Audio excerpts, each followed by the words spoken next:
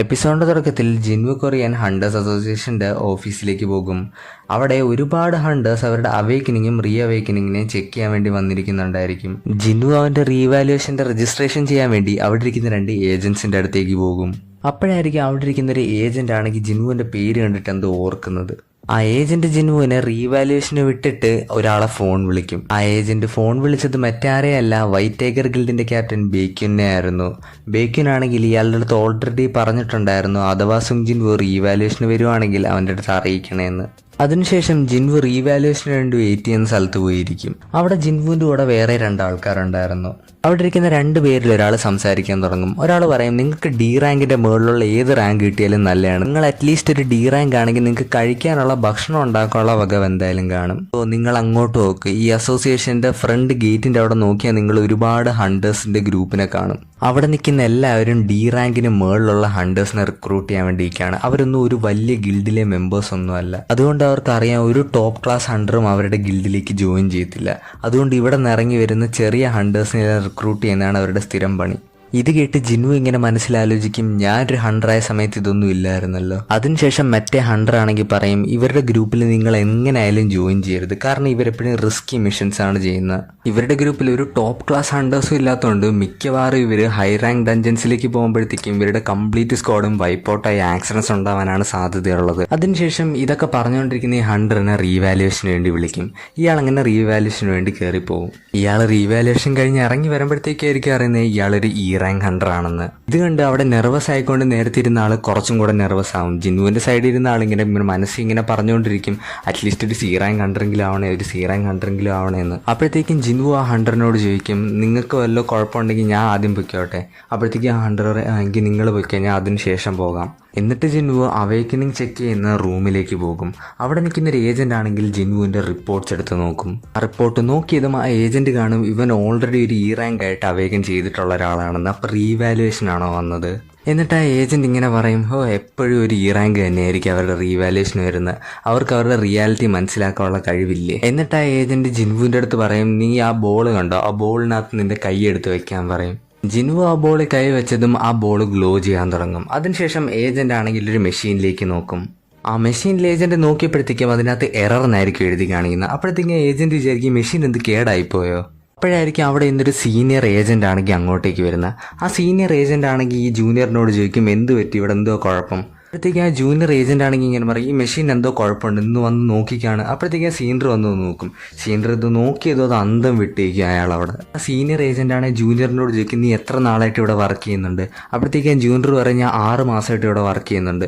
അപ്പോഴത്തേക്ക് ആ സീനിയർ ഇങ്ങനെ മനസ്സിൽ പറയും, ഇങ്ങനെ ഈ എറർ കാണിച്ചത് 2 വർഷം മുമ്പാണ്. ലാസ്റ്റ് ചാഹേൻ റാങ്ക് ഹണ്ടർ ആയപ്പോഴാണ് ഈ എറർ കാണിച്ചത്. ഈ എററിന്റെ അർത്ഥം എന്ന് വെച്ചാൽ ഈ സ്റ്റോണിന് നിന്റെ മാജിക് പവർ മെഷറേജ് ചെയ്യാൻ പറ്റുന്നില്ലെന്നാണ്.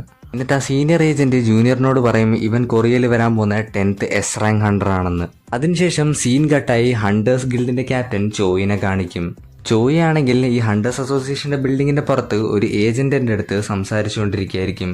ഈ ഏജന്റ് ആയിരുന്നു ഡോങ്സോയിന്റെയും മറ്റേ റാങ്ക് ഹണ്ടറിന്റെയും ഫൈറ്റിന്റെ അവിടെ ഉണ്ടായിരുന്നത്.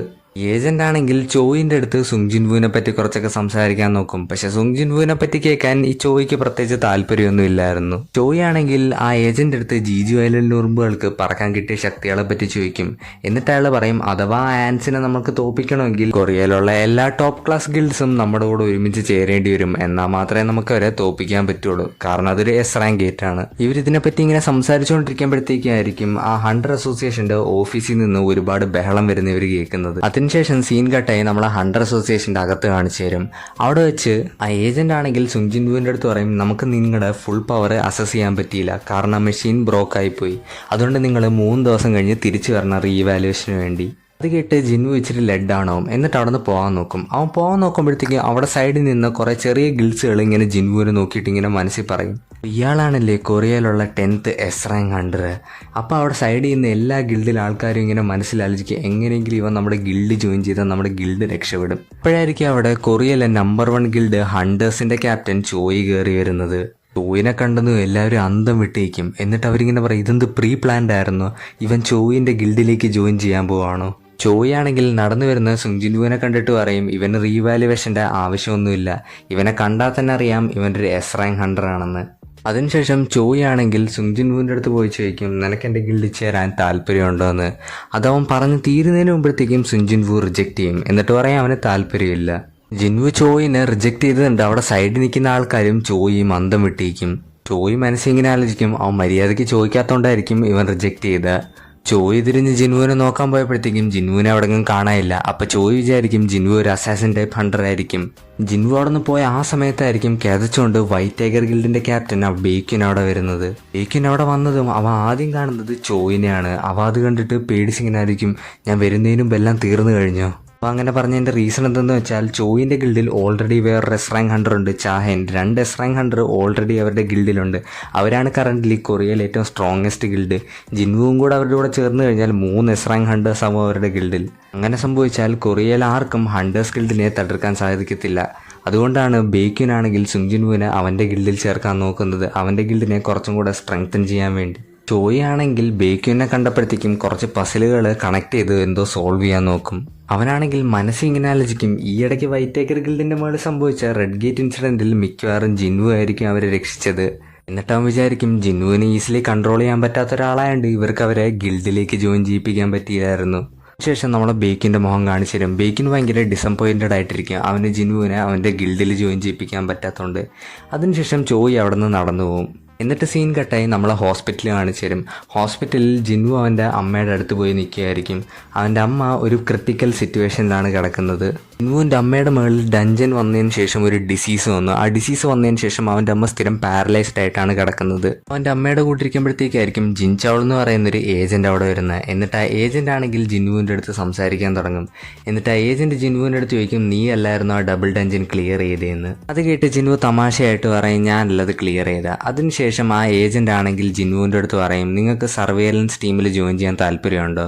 എന്നിട്ട് ആ ഏജന്റ് പറയും, സർവേലൻസ് ടീമിൽ നിങ്ങൾക്ക് ചെയ്യേണ്ടതെന്ന് വെച്ചാൽ മറ്റേ ഹണ്ടേഴ്സിനെ കൺട്രോൾ ചെയ്യുകയാണ് ചെയ്യേണ്ടത്, അവർ തെറ്റൊന്നും ചെയ്യാതെ നോക്കുക. എന്നിട്ട് ആ ഏജന്റ് പറയും, ഈ സർവേലൻസ് ടീം എന്ന് പറഞ്ഞാൽ ഒരു ലോ എൻഫോഴ്സിംഗ് ബോഡി പോലെയാണ്. എന്നിട്ട് അയാൾ പറയും, നീ ഒരു ഗിൽഡ് ജോയിൻ ചെയ്യുന്നതിൻ്റെ അത്രയും പൈസ ഒന്നും നിനക്ക് കിട്ടത്തില്ലെങ്കിലും അത്യാവശ്യം പൈസയൊക്കെ നിനക്ക് ഇവിടെ ജോയിൻ ചെയ്താൽ കിട്ടും. എന്നിട്ട് അയാൾ പറയും, പക്ഷെ നീ സർവേലൻസ് ടീമിൽ ജോയിൻ ചെയ്താൽ കുറച്ച് റെസ്ട്രിക്ഷൻസ് ഒക്കെ കാണും, നിനക്ക് പിന്നെ ഡഞ്ചൻസിലൊന്നും കയറാൻ പറ്റത്തില്ല. ജിൻവു ആണെങ്കിൽ പ്രത്യേകിച്ച് ഇൻട്രസ്റ്റ് ഒന്നും കാണിക്കാതെ അവിടെ നിന്ന് നടന്നു പോകാൻ നോക്കും. അപ്പോഴത്തേക്കായിരിക്കും ആ ഏജന്റ് ആണെങ്കിൽ ചെയർമാൻ ഗോഗുൻ ലീനെ അവിടെ കൊണ്ടുവരുന്ന. ഗോഗുൻ ലീനെ കണ്ടതും ജിൻവു അവിടെ വെയിറ്റ് ചെയ്യും. എന്നിട്ട് അയാളെ നോക്കും. ഗോഗുനെ കണ്ടതും ജിൻവുവിനൊരു റിട്ടയർഡ് ബോക്സറിന്റെ ഫീലിംഗ് അടിക്കും. ഗോഗുൻ ലീ ഈ ഇടയ്ക്ക് റീസെന്റ് ആയിട്ടാണ് അവന്റെ 80ാമത്തെ ബർത്ത്ഡേ സെലിബ്രേറ്റ് ചെയ്ത്. അവനെ കണ്ടാ പറയത്തില്ല അവന് 80 വയസ്സായിട്ടുണ്ടെന്ന്. അതിനുശേഷം ജിൻവും ഗോഗുനും ഷെയ്ക്ക് ഹാൻഡ് ചെയ്തിട്ട് അവിടെ ഇരിക്കും. ഗോഗുനാണെങ്കിൽ ജിൻവുവിനെ കൺഗ്രാജുലേറ്റ് ചെയ്യാം 10th എസ് റാങ്ക് ഹണ്ടർ ആയതിന് കൊറിയയില്. അത് കേട്ട് ജിൻവു ഗോഗിൻ്റെ അടുത്ത് പറയും, ഞാൻ ഇതുവരെയായിട്ട് എസ് റാങ്ക് ഹണ്ടർ ആയിട്ടില്ല, 3 ദിവസം കഴിഞ്ഞ് എൻ്റെ റീവാലുവേഷൻ ഇനിയുണ്ട്. അപ്പോഴത്തേക്കും ഗോഗുൻ പറയും, സത്യം പറഞ്ഞാൽ ഈ റീവാലുവേഷന് പ്രത്യേകിച്ച് കാര്യമൊന്നുമില്ല, നീ ഓൾറെഡി ഒരു എസ് റാങ്ക് ഹണ്ടറാണ്. എന്നിട്ട് ഗോഗുൻ പറയും, ഈ 3 ദിവസത്തെ റീവാലുവേഷൻ ടൈം വെച്ചേക്കുന്നതെന്ന് വെച്ചാൽ നിന്നെ നമ്മളെപ്പോലുള്ള ഹണ്ടേഴ്സും ഗിൽഡുകളും വന്ന് കണ്ടിട്ട് നിന്നെ റിക്രൂട്ട് ചെയ്യാൻ വേണ്ടിയാണ്. ആ ടൈം പീരീഡിൽ ഓൾറെഡി നിന്നെ റിക്രൂട്ട് ചെയ്ത് നീ എങ്ങനെയുള്ള മനുഷ്യനാണെന്ന് അറിയാൻ വേണ്ടിയാണ് നമ്മൾ ഈ സമയം വെച്ചേക്കുന്നത്. അതും പബ്ലിക്കിൻ്റെ മുകളിൽ 3 ദിവസം കഴിഞ്ഞ് ഇതൊക്കെ നമ്മൾ പുറത്ത് വിടാറുള്ളൂ. എന്നിട്ട് ഗോഗുൻ ലീ ജിൻവുവിൻ്റെ അടുത്ത് പറയും, കൊറിയയിൽ ടോപ്പായിട്ട് 5 മെയിൻ ഗിൽഡ്സ് ആണുള്ളത്. ആ 5 ഗിൽഡ്സ് ആണെന്ന് വെച്ചാൽ white tiger guild, hunters guild, fine guild, അങ്ങനെ വേറെ 2 ഗിൽഡും ഉണ്ട്. ഇപ്പം കറൻ്റ്ലി സർവേലൻസ് ടീമിനാണ് ഏറ്റവും കൂടുതൽ പവറുള്ള കൊറിയയിൽ. പക്ഷെ നീ അഥവാ ഇപ്പോൾ ഇതിൽ ഏതെങ്കിലും ഗിൽഡിൽ ജോയിൻ ചെയ്യുകയാണെങ്കിൽ ആ ഗിൽഡ് കൂടുതൽ പവർഫുൾ ആവും. പിന്നെ കൊറിയയിലുള്ള ഗിൽഡുകളെ നമുക്ക് കൺട്രോൾ ചെയ്യാൻ പറ്റത്തില്ല. എന്നിട്ട് ഗോഗുൻ പറയും, നമ്മുടെ കയ്യിൽ നിനക്ക് ഓഫർ ചെയ്യാൻ വേണ്ടി അത്ര പൈസയൊന്നും ഇല്ലെങ്കിലും നിനക്ക് നല്ല പവർ നമ്മൾ ഓഫർ ചെയ്യാം, നിനക്ക് ബാക്കിയുള്ള ഗിൽഡിനെ മൊത്തം മോണിറ്റർ ചെയ്യാനുള്ള ഫുൾ പവർ നമ്മൾ തരാമെന്ന്.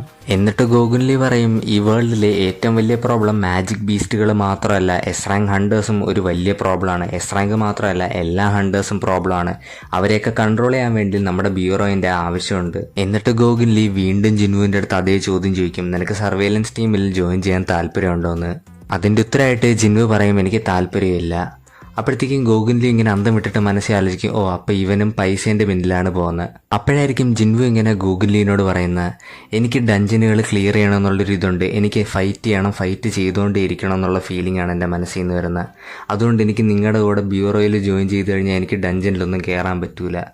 അപ്പോഴത്തേക്കും ഗോഗുൻ ലീ ആണെങ്കിൽ ഇങ്ങനെ മനസ്സിൽ ആലോചിക്കും, ഇവൻ പറഞ്ഞതിലും കാര്യമുണ്ട്. ഇവന് ഡഞ്ചനിൽ പോകാൻ താല്പര്യമുണ്ടെങ്കിൽ ബ്യൂറോയിൽ ജോയിൻ ചെയ്ത് കഴിഞ്ഞാൽ ഇവന്റെ ആ സ്വപ്നം പൊളിയത്തേ ഉള്ളൂ. അതിനുശേഷം ജിൻവു ഗോകുൻലിന്റെ അടുത്ത് പറയും, എന്റെ വീട്ടിൽ എന്റെ അനിയത്തി എന്നെ വെയിറ്റ് ചെയ്തിരിക്കുകയാണ്, ഞാനപ്പോൾ പോട്ടെ. അങ്ങനെ ഗോകുൻലി പറയും ഓക്കെ ശരി. എന്നിട്ട് ജിൻവു അവിടെ നിന്ന് പോകും. വീഡിയോ ഇത്രയേ ഉള്ളൂ. വീഡിയോ ഇഷ്ടപ്പെട്ടെങ്കിൽ ലൈക്ക് ചെയ്യുക, ചാനൽ സബ്സ്ക്രൈബ് ചെയ്യുക. And as always keep being awesome. By.